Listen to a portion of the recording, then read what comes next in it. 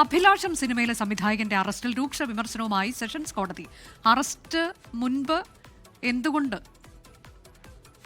മുൻപ് എന്തുകൊണ്ട് നോട്ടീസ് നൽകിയില്ല എന്നാണ് കോടതി ചോദിച്ചത്. ആൻമരിയ സണ്ണി വിവരങ്ങളുമായി. ആൻമരി, എന്താണ് കോടതിയുടെ വിമർശനം?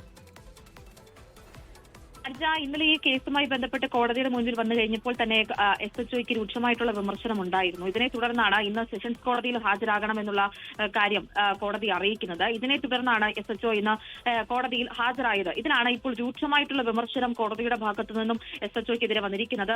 കേസിൽ എന്തുകൊണ്ട് നിയമം ലംഘിച്ചു എന്ന് കോടതി ചോദിക്കുന്നു. ഇത് മാത്രമല്ലല്ലോ, വീണ്ടും നിരവധി കേസുകൾ ഉണ്ടായിട്ടുണ്ടല്ലോ, അതിലൊന്നും കാണാത്ത ജാഗ്രത എന്തുകൊണ്ടാണ് ഈ കേസിൽ മാത്രം ഉണ്ടായതെന്ന് കോടതി ചോദിക്കുന്നു. നടന്നത് സുപ്രീം കോടതിയുടെ ഉത്തരവുകളുടെ ലംഘനമാണെന്ന് പറയുന്നു. അറസ്റ്റിന് മുൻപ് എന്തുകൊണ്ട് നോട്ടീസ് നൽകിയില്ല എന്നും കോടതി ചോദിക്കുന്നുണ്ട്.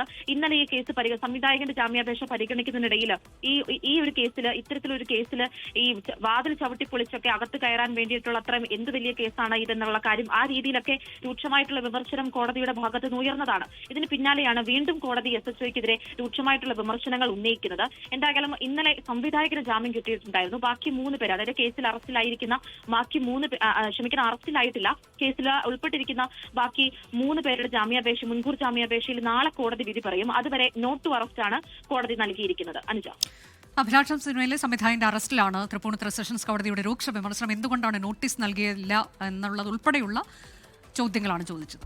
ലോകത്തെവിടെയായാലും ഏത് സമയത്തും 24 വാർത്തകളും ഓഗ്മെന്റഡ് റിയാലിറ്റി പാക്കേജുകളും എക്സ്പ്ലെയിനറുകളും വിശദമായി കാണാൻ ഞങ്ങളുടെ യൂട്യൂബ് ചാനൽ നിങ്ങൾക്ക് സബ്സ്ക്രൈബ് ചെയ്യാം.